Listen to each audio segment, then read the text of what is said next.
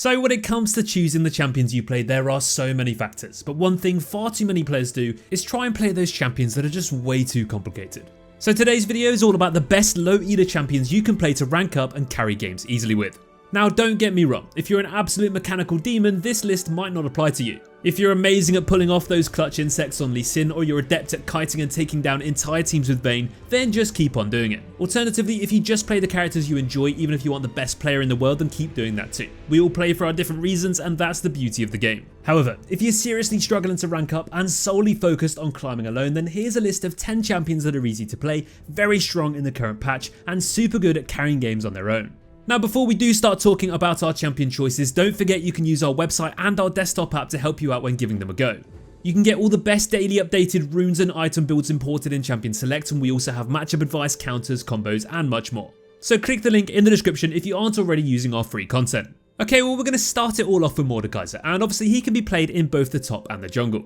Now Mobalytics definitely fits the category of champions that are pretty simple to play. And the great thing is too, he's so good into so many different matchups. Obviously you got to be a bit careful of Olaf, because if you press R he just presses R and laughs in your face, but apart from that there's not too many lanes that he struggles in. Now whether you get an easy matchup or an even one, if you do get fed on Mobalytics you become absolutely unkillable. Oh, and by the way, you deal a huge amount of damage at the same time. One of the best things about Mobalytics though is you simply cannot get ganked once you're level 6. And if you have a lead over your lane opponent, you can just ult them and 1v1 them every time the jungler tries to come and help them. After you kill them, you can probably kill the jungler too, because of the bonus stats you're going to gain from killing the enemy champion. This means that if you do get fed, you can hold your lead so easily, and you can force people up to that top lane and then just force those 1v1s. After the lane phase, you can just walk around ulting the most important target and taking them down without too much hassle. And as long as you aren't too far behind, you're always going to be useful on this champion just because of the sheer amount of damage you absorb and deal at the same time. And then you've always got that opportunity to ult away the enemy jungler around barons and dragons to stop them from smiting and allow your team to get that objective and win the game from it. Whether you're split pushing, team fighting or just dominating the lane phase, Mobalytics is a top pick to go for in low elo. And the fact that he's a bit of a flex pick too means he's such a good champion to learn. Next up, we've got the strongest AD carry in the game at the moment, and also one of the easiest in the game to play, and that's of course going to be Miss Fortune.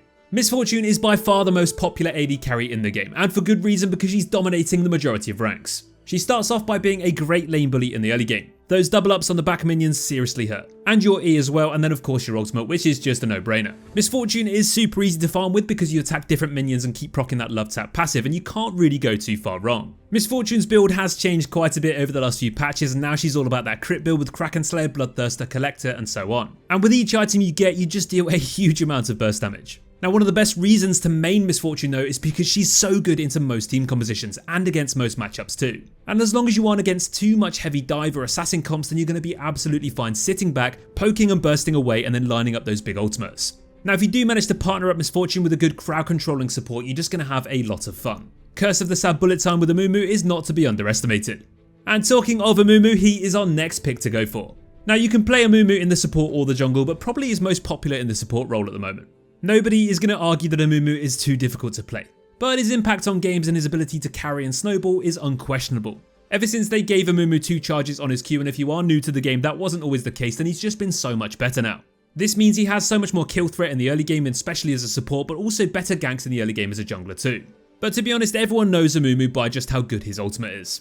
And this is basically the reason he's involved in this list. He's easy to play and all you really have to do is land that big ultimate to win games. Now whether this is as a support setting up ganks and setting up those big dragon fights in the early game, or if you're a jungler and you're just roaming around the map ulting people left, right and centre. This is the most defining thing about Amumu, his sheer amount of crowd control and how simple it is to actually pull off.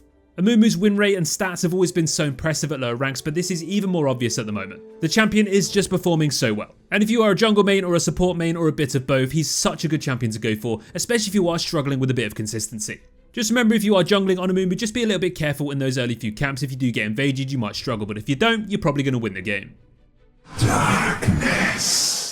That's the sound your enemies are going to hear when you're carrying games on Nocturne, and he's the next champion for us to talk about. Another pretty simple champion, but one that is so easy to be impactful on. All you got to do is clear those first few camps, get to level 6 as quickly as possible, and then just spam your ultimate on lanes without some of the spells. It really is that simple. Nocturne is a jungler that no one enjoys playing against, and he's actually really fun to play too. If your enemies switch off and forget about you just for a second and you have your ultimate up, then it's going to be pretty easy to kill them. Nocturne is the master at punishing overcommitting enemies, and especially at lower ranks this is such an easy way to win games.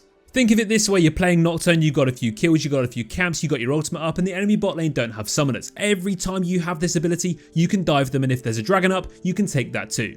The next thing you know, you got a dragon soul and you're moving into the next game already. Now you can either build Nocturne like a glass cannon, or you can go down the more traditional bruiser route with Stridebreaker or even a Blade of the Ruin King.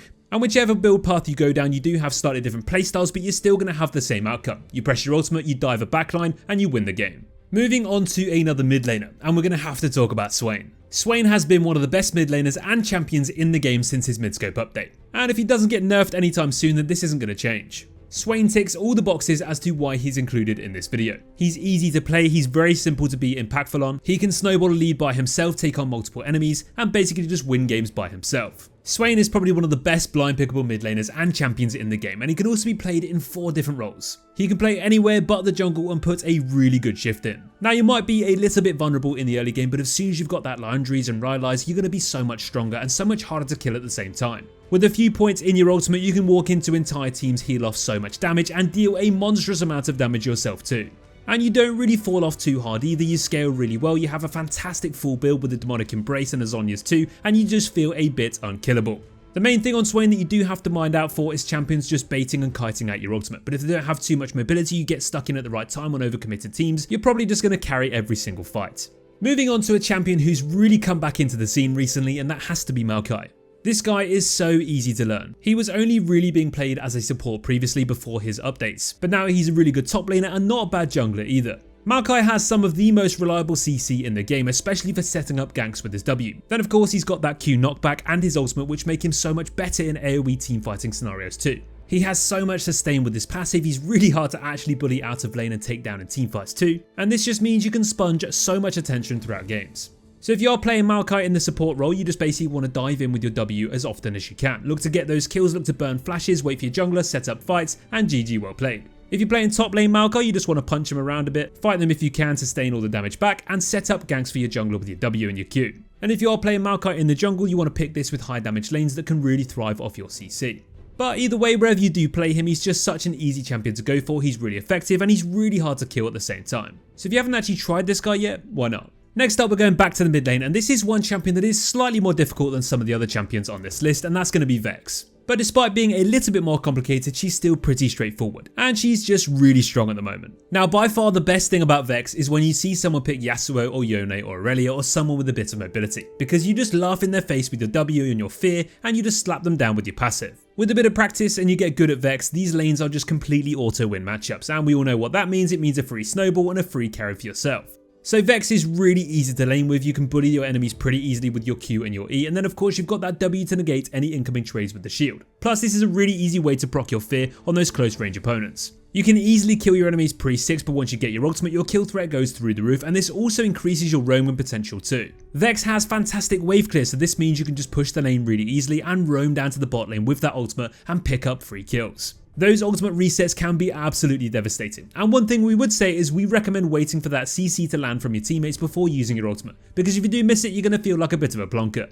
So in teamfights, it's your job to dive around the battlefield, get those ultimate resets and assassinate as many people as you can, or you can just flash in with your W and fear a whole team and then press Zhonya's. Either way though, it's super easy to be impactful on this champion when it comes to those teamfights, but it's also super easy to get fed in the early game too and snowball the mid game to an easy win. If you're a mid lane main and you haven't tried Vex yet, especially into those really favourable matchups, then give her a go. Volibear is a monstrous champion that has actually been a little bit forgotten about recently, but he's still just as strong as he was back then. Well, maybe not quite as strong, but he's still a really solid pick to go for. His win rate and his stats are still super impressive across the majority of ranks, especially at lower elos, and despite his popularity falling through the floor, he's actually still in a really good spot. I mean, the fact that this guy is a massive thunderous bear is enough reason to play him alone. But then you actually realise that he's a really strong jungler, he's really easy to play, he's really easy to get those ganks off with, and if you do get fed, you just press your ultimate and dive backlines with absolute ease.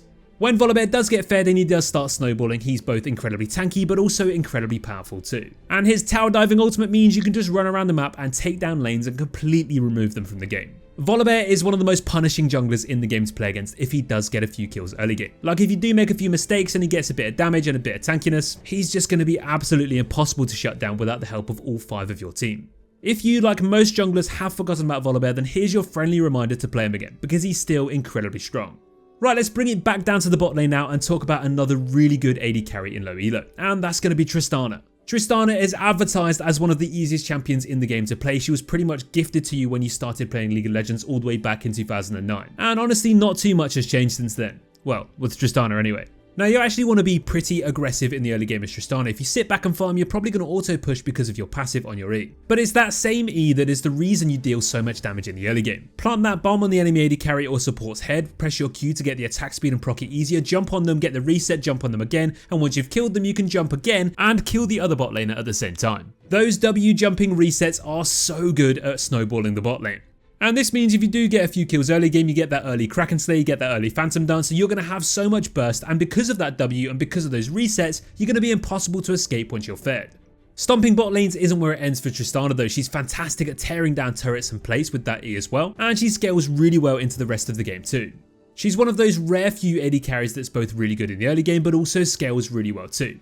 And if you have a peeling support by your side and you do get a bit fed, they're probably not going to be able to beat you. Another great reason to main Tristana as an AD carry main in low elo too is because if you do get auto-filled into that mid lane, you can just pick Tristana. She's always been such a punishing pick to play against in that mid lane, and if you go against someone with pretty low range, you can just jump on them and dive them and kill them so easily. Tristana's been performing super well recently, so if you haven't picked her up yet, now's the time to give her a go. Finishing off with our last best champion to main for low elo, and we're going back to the top lane and we're going to have to mention Shen. I'm pretty sure everybody knows by now just how good Shen is and why he's so good with that global ultimate. It really is as simple as farming up in lane, getting to level 6 and just looking around the map to land that big ultimate. Shen is also actually a bit of a surprisingly good duelist though, so you can actually beat a lot of matchups in the lane phase. And if you get a kill across the map when you do use your ultimate, you get a bit of gold, you teleport back, you can often use that lead to overcome any of those bad matchups too. Shen is also fantastic at setting up ganks with his taunt, but he's also really good at escaping with the same ability too. Plus, if you get towered though, you just use your Q and then use your W and they simply can't attack you. There's nothing more entertaining than enemies diving you on Shen and you laugh as they don't actually deal any damage to you. Free double kills are free wins. Shen pretty much fits into every single team composition you can go for. Whether it's diving, peeling or protecting your AD carry, he is good at all of it. The great thing about maining Shen as well is that everybody always is happy to have a Shen on your team, so you're never going to get anyone dodging or flaming you in champ select for picking this guy. Which, let's be honest, this happens pretty often in low elo, so eliminating that problem is another way to win games. The only thing I would say is when playing Shen, don't be too selfless. I mean, if you know your AD carry is an absolute beast, then saving your ultimate for them is a great idea. But if your AD carry has no brain cells and your jungler needs help in those early dragon fights, then prioritize them instead. Whoever is your best player, giving them the shield will help you win the game easier. Well, there we have it. 10 champions that we recommend you to play to easily climb that ranks ladder as we come to the last few months of Season 12. But remember, if you don't enjoy these champions, then we're not forcing you to play them. They are just very simple and strong picks at the moment that we suggest, so give them a try if you haven't already and see if they help you climb. Thanks for watching this video guys, and we'll see you in the next one. Take care.